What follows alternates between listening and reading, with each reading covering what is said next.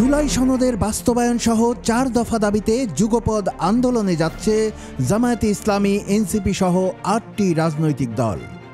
কয়েক দফা বৈঠকের পর জুলাই জাতীয় সনদের আইনি ভিত্তি বাস্তবায়ন সহ পিআর পদ্ধতিতে জাতীয় সংসদ নির্বাচন অনুষ্ঠান, নির্বাচনের জন্য লেভেল প্লেইং ফিল্ড তৈরি করা এবং ফ্যাসিবাদের দোসর হিসেবে জাতীয় পার্টি ও ১৪ দলের কার্যক্রম নিষিদ্ধের ৪ দফা দাবি নিয়ে যুগপৎ আন্দোলন শুরুর বিষয়ে একমত হয়েছে দলগুলো। এই যুগপৎ আন্দোলনে যুক্ত হচ্ছে জামায়াতে ইসলামী, এনসিপি, ইসলামী আন্দোলন বাংলাদেশ, বাংলাদেশ খেলাফত মজলিসের ২টি অংশ, গণ অধিকার পরিষদ, এবি পার্টি ও বাংলাদেশ নেজামে ইসলাম পার্টি। শিগগিরই পৃথক সংবাদ সম্মেলন করে দলগুলো তাদের কর্মসূচি ঘোষণা করবে। ঘোষণার পর আগামী সপ্তাহ থেকেই তাদের যুগপৎ আন্দোলন শুরু হতে পারে।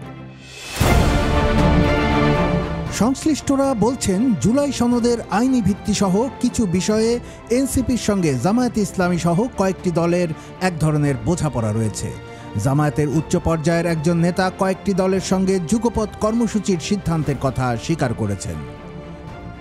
দলগুলোর নেতারা বলছেন, তারা প্রধান উপদেষ্টার ঘোষিত সময় আগামী ফেব্রুয়ারি মাসের প্রথমার্ধে নির্বাচন চান এবং জুলাই সনদের ভিত্তিতেই সেই নির্বাচন চান।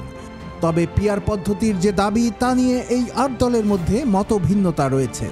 কোনো দল সংসদের নিম্নকক্ষ ও উচ্চকক্ষ ২ কক্ষেই পিআর চায়, আর কোনো দল শুধু উচ্চকক্ষেই পিআর চায়। এ কারণে দলগুলো পিআরের দাবি যার যার মতো করে উপস্থাপন করবে।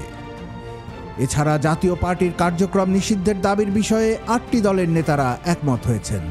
তারা বলছেন, ফ্যাসিবাদী দল হিসেবে আওয়ামী লীগের কার্যক্রম নিষিদ্ধ করা হলে ফ্যাসিবাদের দোসর জাতীয় পার্টি ও ১৪ দলীয় জোটভুক্ত দলগুলোর কার্যক্রম কেন নিষিদ্ধ হবে না?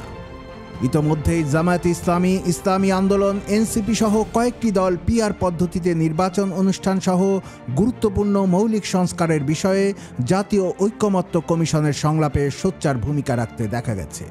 এবার ৮টি দল ঐক্যবদ্ধভাবে যুগপৎ কর্মসূচিতে নামছে। কুমিল্লার কাগজ, নিউজ ডেস্ক।